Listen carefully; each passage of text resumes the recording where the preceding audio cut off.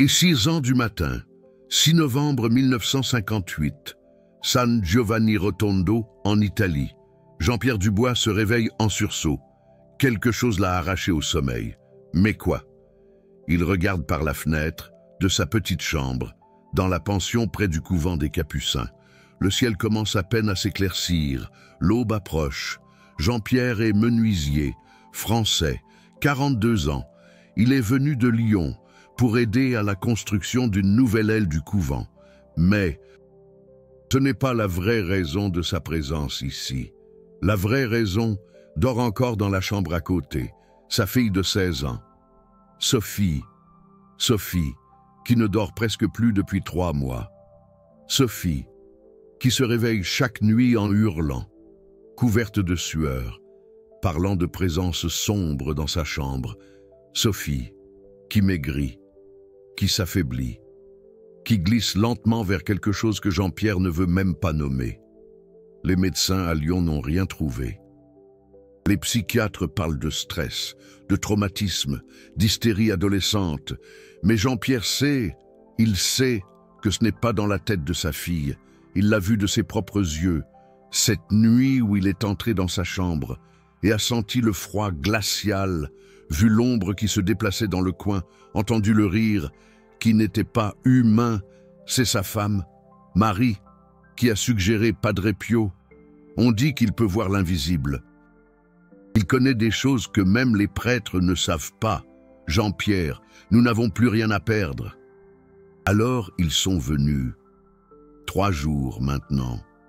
3 jours d'attente pour voir le Saint Capucin qui est constamment entouré de foules, de pèlerins, de désespérés comme eux. Jean-Pierre se lève. Il est 6h02. Quelque chose lui dit d'aller au couvent maintenant. Tout de suite, il s'habille rapidement, sort dans l'air frais du matin. Les rues de San Giovanni Rotondo sont encore vides. Seuls les chiens errants et quelques chats marquent sa présence. Il arrive au couvent, la porte est ouverte. Étrange, à cette heure, elle devrait être fermée. Jean-Pierre entre. Le couloir qui mène à la chapelle est faiblement éclairé par les bougies. Et là, au bout du couloir, il voit une silhouette, un capucin, même de loin. Jean-Pierre reconnaît les bandages caractéristiques sur les mains. Padre Pio. Le saint se tourne, comme s'il attendait Jean-Pierre, comme s'il savait qu'il viendrait à cette heure précise. « Monsieur Dubois », dit Padre Pio dans un allemand approximatif, « vous êtes venu pour votre fille. Ce n'est pas une question, c'est une affirmation. » Jean-Pierre sent ses jambes trembler. Comment Padre Pio connaît-il son nom? Comment sait-il pour Sophie? Ils n'ont parlé à personne ici. Padre, ma fille, elle, je sais. La voix de Padre Pio est douce, mais ferme. Votre maison à Lyon, numéro 47, rue Saint-Jean, une vieille maison construite en 1887, 3 étages, 6 portes extérieures, si on compte celle de la cave et celle du grenier. Jean-Pierre sent sa bouche s'assécher. C'est exact, précisément exact. Comment? 6 portes, Jean-Pierre. Padre Pio s'approche maintenant. Jean-Pierre peut voir ses yeux qui semblent voir à travers lui, au-delà de lui. 6 portes que vous n'avez jamais consacrées, 6 portes non scellées, 6 entrées ouvertes. Padre, je ne comprends pas. Les portes, Jean-Pierre. Le capucin pose sa main bandée sur l'épaule du menuisier. Vous construisez des portes pour vivre. Vous connaissez le bois, les charnières, les serrures. Mais savez-vous que chaque porte est aussi une porte spirituelle? Jean-Pierre secoue la tête, confus. Padre Pio le guide vers un petit banc dans la chapelle. L'aube commence maintenant à filtrer à travers les vitraux. Des rayons de lumière dorée touchent l'autel. Asseyez-vous. Ce que je vais vous dire doit être dit exactement maintenant, à cette heure, au début de l'aube, le 6e jour de novembre, car c'est une révélation pour les temps qui viennent. Jean-Pierre s'assoit, son cœur bat fort. Dans le livre de l'Exode, chapitre 12. Commence Padre Pio. Vous connaissez l'histoire, n'est-ce pas? La Pâque. L'ange de la mort qui passe à travers l'Égypte? Oui, Padre, le sang de l'agneau sur les portes. Exactement, le sang sur les portes. Les yeux de Padre Pio brillent maintenant avec une intensité particulière. Pourquoi les portes, Jean-Pierre? Pourquoi Dieu a-t-il demandé spécifiquement que le sang soit mis sur les linteaux et les montants des portes? Jean-Pierre réfléchit. Pour que l'ange sache quelle maison épargner. Non, la voix de Padre Pio est maintenant plus forte. L'ange savait déjà, Dieu savait déjà qui était juif et qui était égyptien. Le sang n'était pas pour informer l'ange, le sang était pour sceller les portes, pour créer une barrière spirituelle que la mort ne pouvait pas franchir. Jean-Pierre sent un frisson parcourir son échine. Les portes, Jean-Pierre, sont des passages, des seuils, des frontières entre l'extérieur et l'intérieur, entre le monde et le sanctuaire, et dans le domaine spirituel, elles fonctionnent exactement de la même manière. Padre Pio se lève et marche vers l'autel. Il revient avec une petite fiole d'huile. Ceci est de l'huile d'olive, simple, ordinaire. Mais ce matin, à cette heure précise, je vais la bénir avec un rite ancien. Un rite que peu de prêtres connaissent encore. L'onction des portes. Il pose la fiole sur le banc entre eux. Jean-Pierre, écoutez attentivement ce que je vais vous révéler. Vous devez le faire exactement comme je vous le dis. Pas demain, pas la semaine prochaine, dès votre retour à Lyon.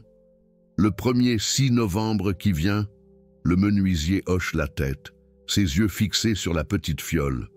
Le 6 novembre prochain, vous vous lèverez à 6 heures du matin, pas 6h15, pas 5h45, exactement à 6 heures. Vous prendrez cette huile que je vais vous donner. Déjà bénite, vous commencerez par la porte d'entrée principale de votre maison. Padre Pio trace une croix invisible dans l'air. Vous tremperez votre pouce droit dans l'huile, puis vous tracerez une croix sur le linteau supérieur de la porte. En traçant la croix, vous direz « Par le sang de l'agneau et par cette huile sacrée, je scelle cette porte contre tout mal, que rien d'impur ne puisse entrer. Au nom du Père, du Fils et du Saint-Esprit. » Jean-Pierre répète mentalement les paroles, s'efforçant de les mémoriser. Ensuite, continue Padre Pio, vous ferez la même chose pour chacune des 6 portes de votre maison. La porte de derrière, la porte de la cave, la porte du grenier. Et oui, même les portes intérieures les plus importantes, celle de la chambre de Sophie et celle de votre propre chambre. 6 portes, murmure Jean-Pierre. Pourquoi 6, Padre? Parce que 6 est le nombre de l'homme, Jean-Pierre. L'homme a été créé le 6e jour. 6 est le nombre de l'imperfection, de l'incomplet, du vulnérable. C'est pourquoi l'homme a besoin de protection divine. Et le 6 novembre, le 6e jour du 11e mois, à la 6e heure du matin, c'est un moment de convergence spirituelle particulière. Le capucin prend la fiole et commence à prier sur elle. Jean-Pierre ne comprend pas tous les mots en latin, mais il sent la puissance dans la voix de Padre Pio. Voit la lumière qui semble émaner de ses mains bandées. Après plusieurs minutes, Padre Pio termine la prière et tend la fiole à Jean-Pierre. Cette huile est maintenant sacrée.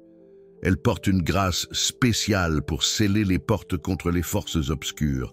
Mais Jean-Pierre, écoutez bien ceci, ce n'est pas l'huile elle-même qui protège.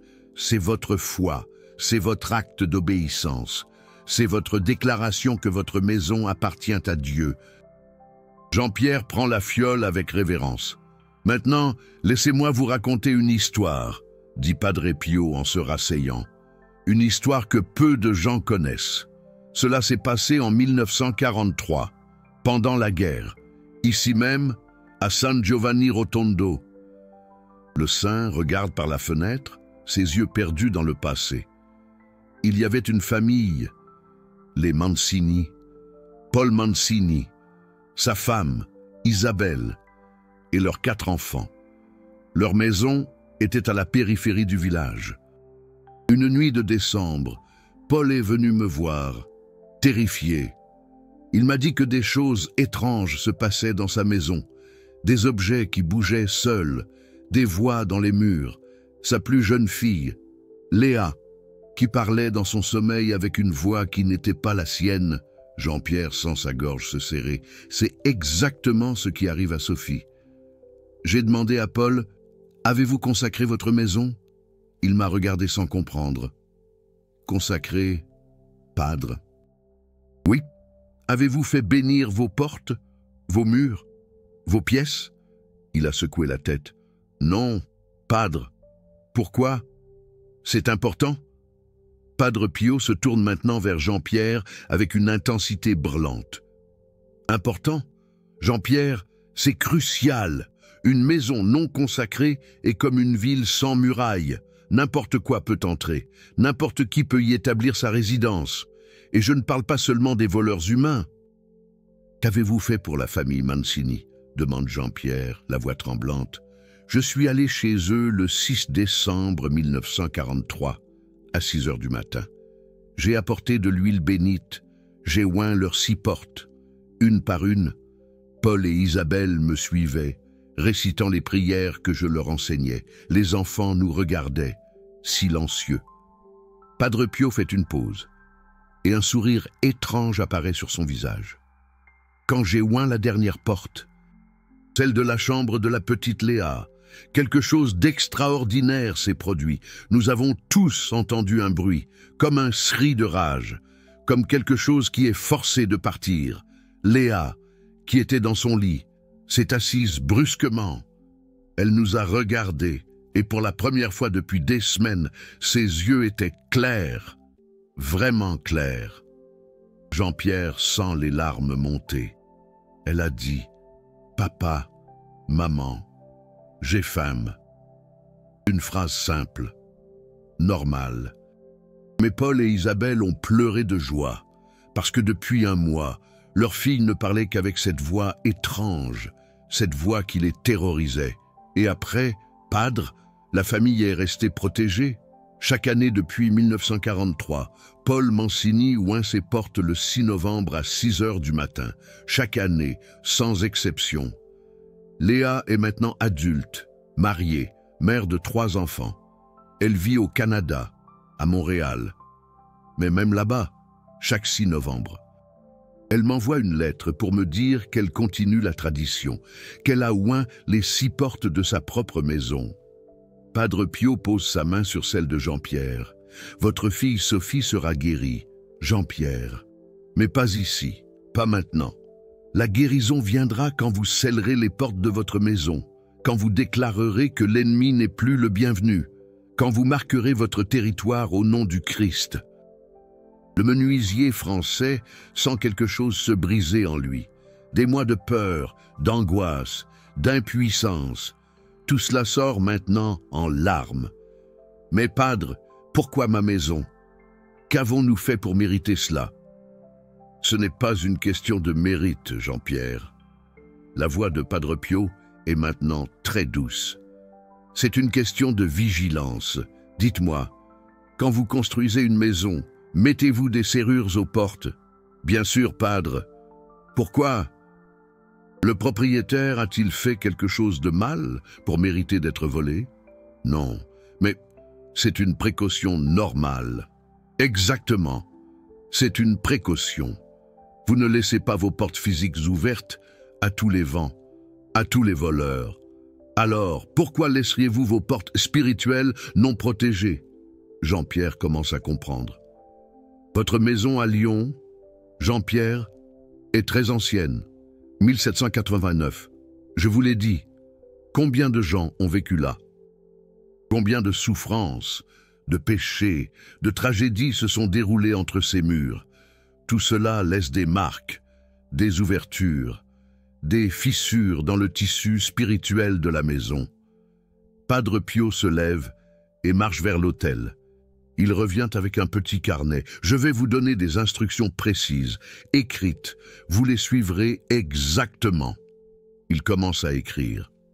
Et Jean-Pierre peut voir les mains stigmatisées former les lettres avec soin malgré la douleur évidente. Première règle, l'huile doit être de l'huile d'olive pure. Pas d'huile de cuisine mélangée, de l'huile d'olive pure, si possible de première pression. Pourquoi? Parce que l'olivier est l'arbre de la paix, de la réconciliation. C'est une colombe avec une branche d'olivier qui a annoncé la fin du déluge. C'est au jardin des oliviers que le Christ a accepté sa passion. Jean-Pierre écoute, fasciné. Deuxième règle, l'huile doit être bénite par un prêtre. Pas n'importe quelle bénédiction, il doit utiliser la bénédiction spéciale pour l'huile de protection. Cette formule existe dans l'ancien rituel romain. Malheureusement, beaucoup de prêtres modernes ne la connaissent plus. Mais vous pouvez demander, cherchez un vieux prêtre, un qui se souvient encore des anciennes traditions. Et si je ne trouve personne, padre, alors utilisez celle que je vous donne aujourd'hui. Cette fiole contient assez d'huile pour plusieurs années. Quelques gouttes suffisent par porte. Utilisez-la avec parcimonie, avec foi. Padre Pio continue d'écrire. Troisième règle, le moment précis est important. Le 6 novembre, à 6 heures du matin, exactement à l'aube. Pourquoi? Parce que l'aube est le moment où la lumière chasse les ténèbres. C'est un moment de transition, de passage. Et le 6 novembre, c'est un jour particulier dans le calendrier mystique. C'est exactement entre la Toussaint et l'ouverture du mois des âmes du purgatoire. C'est un jour où les voiles sont minces. Jean-Pierre note tout avec soin. Quatrième règle, l'ordre des portes. Commencez toujours par la porte principale. C'est la porte par laquelle vous invitez les gens à entrer. C'est la porte de l'hospitalité, mais aussi la porte la plus vulnérable.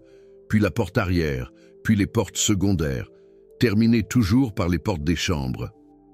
Et la prière, Padre Pio, celle que vous m'avez enseignée. Oui, par le sang de l'agneau et par cette huile sacrée, je scelle cette porte contre tout mal, que rien d'impur ne puisse entrer.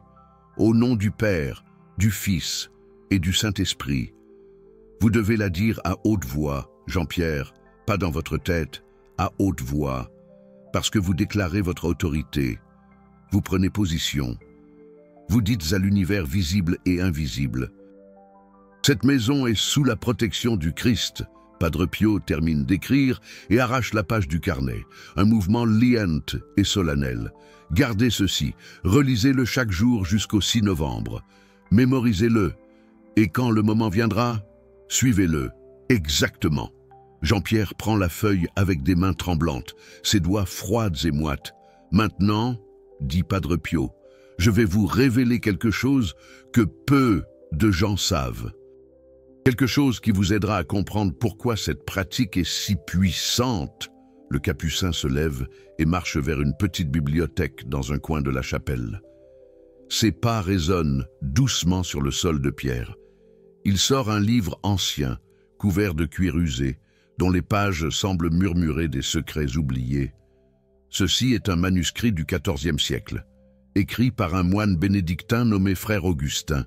Il a vécu à l'abbaye de Monte Cassino, loin d'ici. Mais dans ce manuscrit, il documente une tradition qui remonte au 1er siècle de l'Église, une tradition ancienne et sacrée.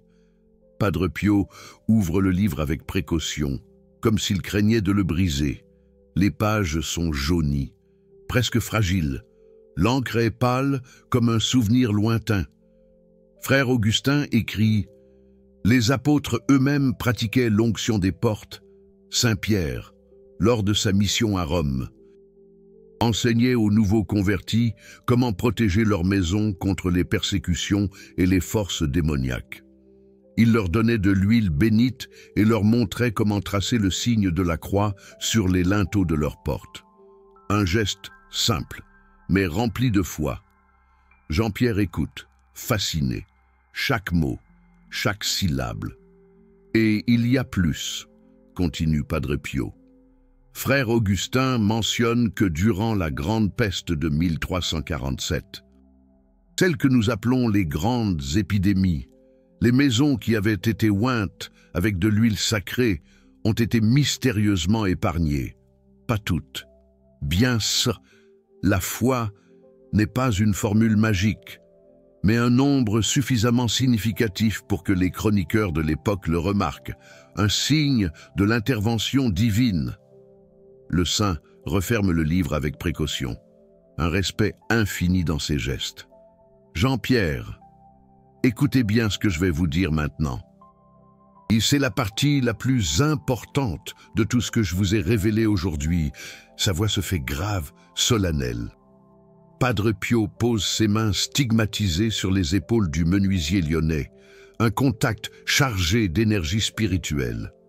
L'onction des portes n'est pas seulement une protection contre les forces démoniaques, c'est aussi une invitation à la grâce, quand vous scellez vos portes contre le mal. Vous ouvrez simultanément ces mêmes portes à la bénédiction divine. Les yeux de Jean-Pierre s'écarquillent. Une lueur d'espoir les illumine. Pensez-y, Jean-Pierre, une porte scellée contre le mal devient automatiquement une porte ouverte au bien. C'est le principe spirituel de substitution. Le vide ne peut pas exister dans le domaine spirituel. Si vous chassez les ténèbres, la lumière entre.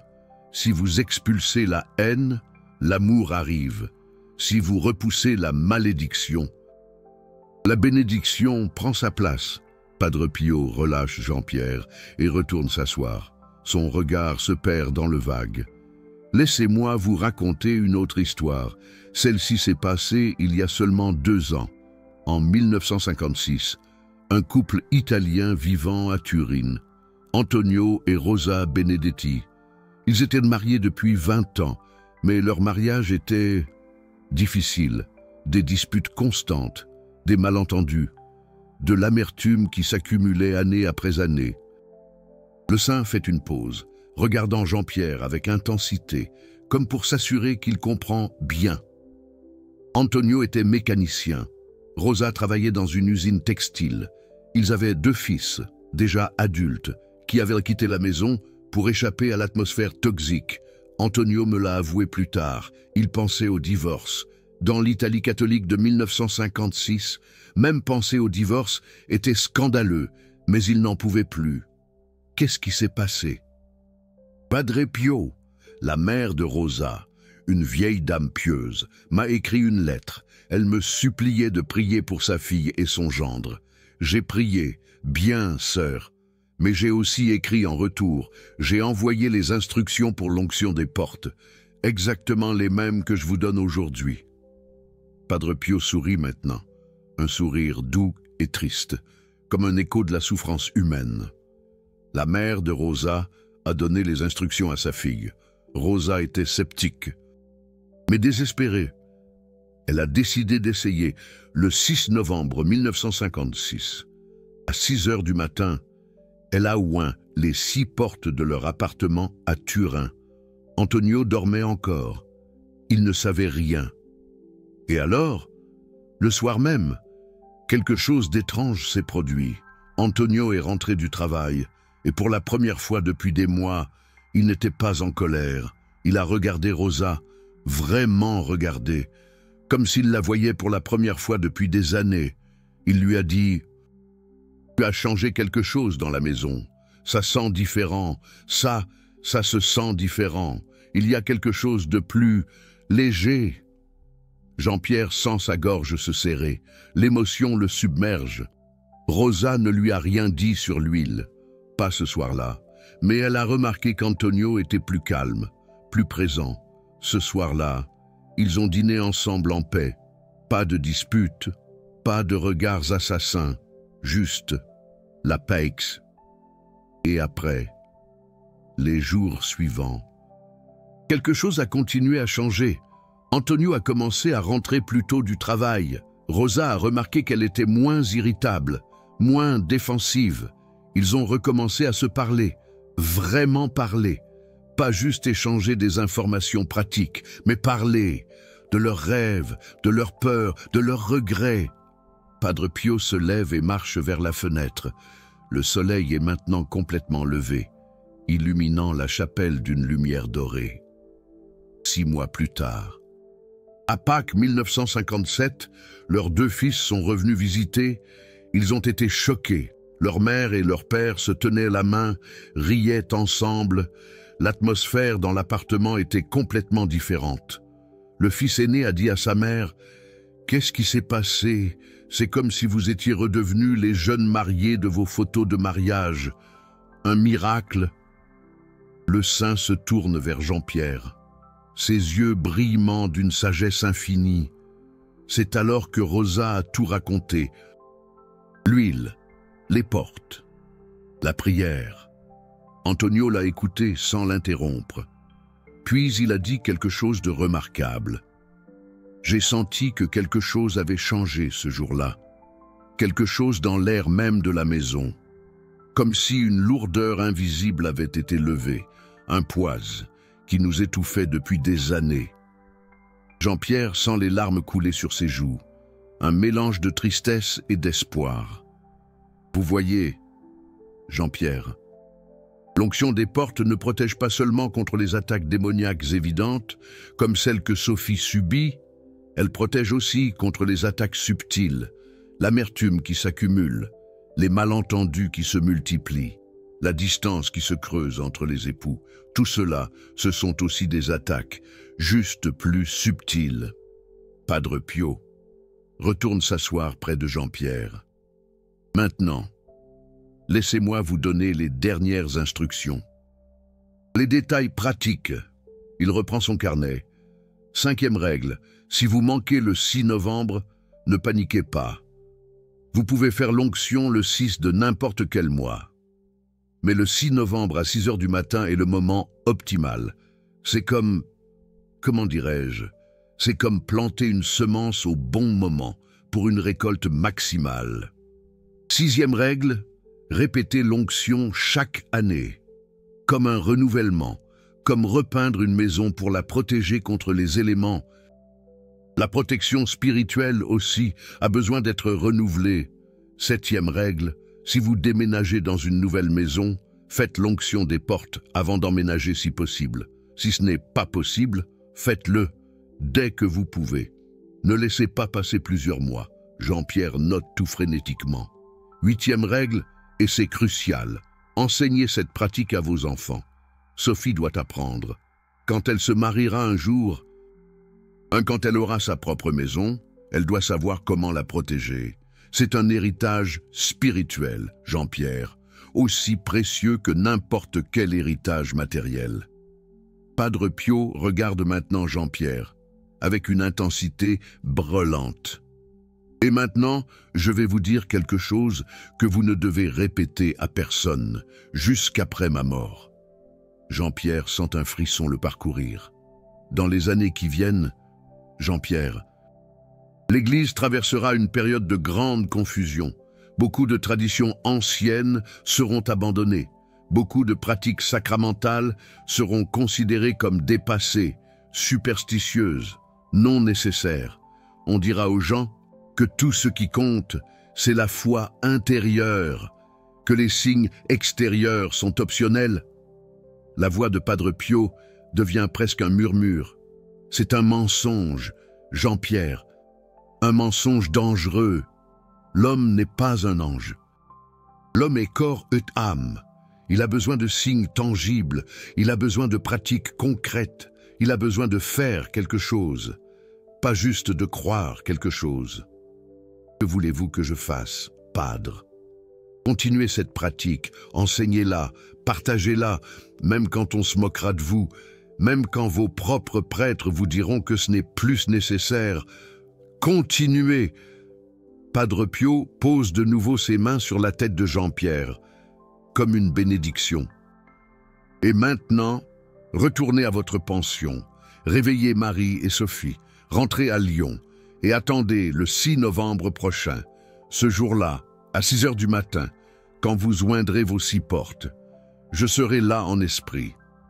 Je prierai avec vous à travers la distance, et vous verrez la puissance de Dieu se manifester dans votre maison. Jean-Pierre se lève, la fiole d'huile sacrée serrée dans une main, les instructions écrites dans l'autre. Merci, Padre, Merci pour tout. Ne me remerciez pas encore, Jean-Pierre, remerciez-moi quand Sophie sera guérie, quand votre maison sera en paix, quand vous verrez de vos propres yeux que Dieu est fidèle. Lyon, France, 6 novembre 1958, 5h55 du matin. Jean-Pierre Dubois est debout dans le couloir de sa maison. Dans sa main droite, la fiole d'huile que Padre Pio lui a donnée. Dans sa main gauche, les instructions écrites. Son cœur bat vite. Marie est à côté de lui, silencieuse. Elle ne dit rien, mais sa présence le soutient. Sophie dort encore, ou du moins, elle essaie de dormir. Ces derniers jours, depuis leur retour d'Italie, son état s'est aggravé. Les cauchemars sont plus intenses, les présences plus oppressantes. Jean-Pierre sait qu'il est temps. Le moment est arrivé. Il regarde l'horloge murale, 5h59. Il attend. Son doigt tremble légèrement au-dessus de la fiole. 6h. L'horloge sonne. Jean-Pierre ouvre la fiole. L'odeur de l'huile d'olive pure remplit le couloir. Il trempe son pouce droit dans l'huile, puis, devant la porte principale, il lève sa main et trace lentement, soigneusement, une croix sur le linteau supérieur, par le sang de l'agneau et par cette huile sacrée. Sa voix tremble, mais gagne en force. Je scelle cette porte contre tout mal, que rien d'impur ne puisse entrer, au nom du Père, du Fils et du Saint-Esprit. Amen. Il se tourne vers Marie. Elle a les larmes aux yeux, mais elle sourit. Ils passent à la porte arrière, même rituel, même prière. Jean-Pierre sent quelque chose changer dans l'atmosphère de la maison. C'est subtil, presque imperceptible, mais c'est là, comme si l'air lui-même devenait plus léger. La porte de la cave, la porte du grenier, l'une après l'autre. Jean-Pierre les oint, les scelle, les consacre. Puis ils arrivent devant la porte de la chambre de Sophie. Jean-Pierre hésite un instant. Sa main tremble. Marie pose sa main sur son épaule. « Vas-y, c'est pour elle que nous faisons tout cela. » Jean-Pierre prend une grande respiration. Il trempe à nouveau son pouce dans l'huile. Il trace la croix sur le linteau de la chambre de sa fille, par le sang de l'agneau et par cette huile sacrée. Je scelle cette porte contre tout mal, que rien d'impur ne puisse entrer. Au nom du Père, du Fils et du Saint-Esprit. Amen. À l'instant même où ils prononcent le mot « Amen », ils entendent quelque chose, un bruit venant de la chambre de Sophie, comme un soupir, comme quelque chose qui se relâche. Jean-Pierre et Marie se regardent, le cœur battant. Jean-Pierre ouvre doucement la porte. Sophie est dans son lit, mais pour la première fois depuis 3 mois, son visage est paisible, vraiment paisible. Elle dort profondément, calmement, son souffle est régulier. Ses mains ne sont pas crispées, elles semblent en PX. Marie étouffe un sanglot de joie. Jean-Pierre referme doucement la porte. Il reste une dernière porte, leur propre chambre. Il loin aussi, complétant le rituel. Quand c'est terminé, Jean-Pierre et Marie restent debout dans le couloir, se tenant la main. Le soleil commence à se lever dehors, ses rayons dorés filtrant à travers les fenêtres. « Ça a marché », murmure Marie. « Jean-Pierre, ça a vraiment marché. » Jean-Pierre serre la fiole d'huile contre sa poitrine. Dans son esprit, il voit le visage de Padre Pio, ses yeux pleins de compassion et de sagesse. « Merci, Padre », murmure-t-il, « merci. » 3 jours plus tard, Sophie se réveille pour le petit déjeuner, quelque chose qu'elle n'a pas fait depuis des mois. Elle descend l'escalier, entre dans la cuisine et sourit.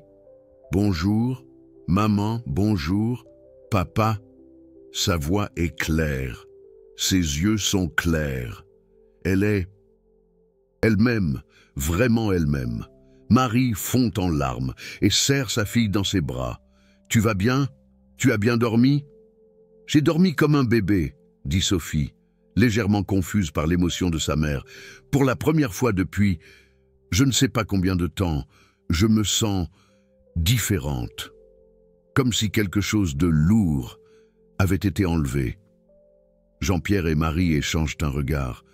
Ils savent ce qui s'est passé. Le soir même, Jean-Pierre écrit une lettre à Padre Pio. Il raconte tout, l'onction des portes, le changement immédiat dans l'atmosphère de la maison, le sommeil paisible de Sophie, sa transformation. En 3 jours seulement. 2 semaines plus tard, une réponse arrive d'Italie, l'écriture de Padre Pio, rendue difficile par ses stigmates, mais clairement reconnaissable. Cher Jean-Pierre, je savais que Dieu serait fidèle. Je l'ai toujours su. Votre foi et votre obéissance ont ouvert la porte à sa grâce. Continuez l'onction chaque année. Enseignez-la à Sophie quand elle sera prête. Et n'ayez pas peur de la partager avec d'autres qui en ont besoin. Les temps qui viennent seront difficiles, mais ceux qui connaissent ces anciennes protections, ceux qui pratiquent ces rites sacrés, ils tiendront ferme. Que Dieu vous bénisse, vous, Marie et Sophie, en union de prière, Padre Pio. Jean-Pierre plie la lettre et la range dans un endroit sûr. Il sait qu'il la relira souvent, qu'il la montrera à Sophie quand elle sera plus âgée, que peut-être, un jour, elle la montrera à ses propres enfants. 15 ans plus tard, 1973, Sophie Dubois, maintenant Sophie Leclerc, 21 ans, jeune mariée, se tient devant la porte principale de sa nouvelle maison, à Marseille. Dans sa main, une fiole d'huile d'olive bénite. À côté d'elle, son mari, Antoine, la regarde avec curiosité. « Tu es sûr de vouloir faire ça ?» demande Antoine. « Mon père dit que c'est de la superstition, d'un autre temps. » Sophie regarde son mari, avec calme et détermination. « Antoine, je ne t'ai jamais raconté toute l'histoire de ce qui m'est arrivé que quand j'avais 16 ans.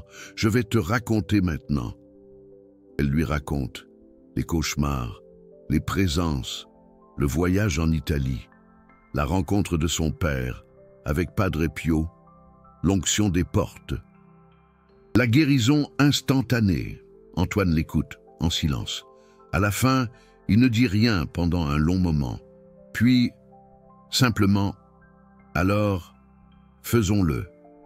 Si ça t'a sauvé, si ça a sauvé ta famille, alors nous allons protéger la nôtre, de la même manière. » Sophie sourit. Elle regarde l'horloge, 5h59. Bientôt 6h. L'horloge sonne. Sophie trempe son pouce. Dans l'huile, elle trace une croix sur le linteau de leur première porte, en tant que couple marié. Par le sang de l'agneau et par cette huile sacrée, je scelle cette porte contre tout mal, que rien d'impur ne puisse entrer. Au nom du Père, du Fils et du Saint-Esprit. Amen. Et ainsi, la tradition continue. De génération en génération, de maison en maison, de famille en famille. San Giovanni Rotondo, Italie, 23 septembre 1968. Padre Pio est mourant. Il le sait. Tous ceux qui l'entourent le savent. Dans quelques heures, il sera parti. Un jeune frère capucin est à son chevet. Padre Pio ouvre les yeux et murmure quelque chose. Le jeune frère se penche pour mieux entendre. « Les portes !» murmure Padre Pio. « Dites-leur de ne pas oublier les portes. » « Quelles portes ? Padre !» Mais Padre Pio a déjà fermé les yeux. Un sourire paisible sur son visage. Quelques heures plus tard, il part pour la demeure éternelle. Le jeune frère ne comprend pas ces dernières paroles. Mais il les note dans son journal. Les portes. Ne pas oublier les portes. Ce n'est que des années plus tard, en lisant les lettres et les témoignages de ceux qui ont connu Padre Pio, qu'il comprendra. Les portes, l'onction, la protection, le sceau, une tradition que le Saint Capucin voulait préserver jusqu'à son dernier souffle. Aujourd'hui, 6 novembre 2024, 66 ans après, que Jean-Pierre Dubois a oint les portes de sa maison. Et pour la première fois, peut-être que vous écoutez cette histoire et vous vous demandez, est-ce que ça marche vraiment? Est-ce que c'est juste une histoire? Une tradition pieuse sans pouvoir réel? La seule façon de le savoir, c'est d'essayer. Vous avez 6 portes. Dans votre maison? Peut-être plus? Peut-être moins? Peu importe le nombre exact, le principe reste le même. Obtenez de l'huile d'olive pure. Faites-la bénir par un prêtre. Si aucun prêtre ne connaît la bénédiction spéciale, demandez-lui simplement de bénir l'huile pour la protection de votre maison. Dieu connaît votre intention. Puis, le 6 novembre prochain, levez-vous à 6 heures du matin. Oignez vos portes, une par une, en traçant une croix sur chaque linteau, en proclamant que votre maison appartient à Dieu, en déclarant que le mal n'est pas le bienvenu. Et observez. Observez comment l'atmosphère de votre maison change. Comment les disputes diminuent, comment les cauchemars cessent, comment une paix inexplicable s'installe, ou peut-être que rien de dramatique ne se passera. Peut-être juste cette certitude tranquille, que vous avez fait ce que vous deviez faire, que vous avez protégé ce qui vous est précieux. Jean-Pierre Dubois est mort en 1995, à l'âge de 89 ans. Sophie Leclerc vit toujours. Maintenant, en 2024, elle a 82 ans. Elle vit en Bretagne. Avec ses enfants et petits-enfants, chaque 6 novembre, à 6 heures du matin, heure de Brest, elle oint encore les portes de sa maison. Ses enfants font de même, dans leur propre maison. Ses petits-enfants apprennent la tradition, une chaîne ininterrompue. Depuis 1958, 66 ans de protection, 66 ans de fidélité, 66 ans de PX. La question est, allez-vous rejoindre cette chaîne? Allez-vous devenir l'un de ceux qui savent, l'un de ceux qui pratiquent, l'un de ceux qui protègent? L'huile d'olive est simple, l'acte est simple, la prière est simple, mais la puissance derrière tout cela est infinie. Padre Pio l'a enseigné, Jean-Pierre l'a pratiqué, Sophie l'a continué, des milliers de familles à travers le monde le font maintenant. Aujourd'hui, 6 novembre, à 6 heures du matin, c'est votre moment, votre opportunité, votre choix. Scellerez-vous vos portes contre le mal? Ouvrirez-vous vos portes à la grâce? Le sang de l'agneau a déjà été versé, l'huile sacrée est disponible, la prière est simple, il ne reste plus qu'une chose, votre décision. Que ferez-vous?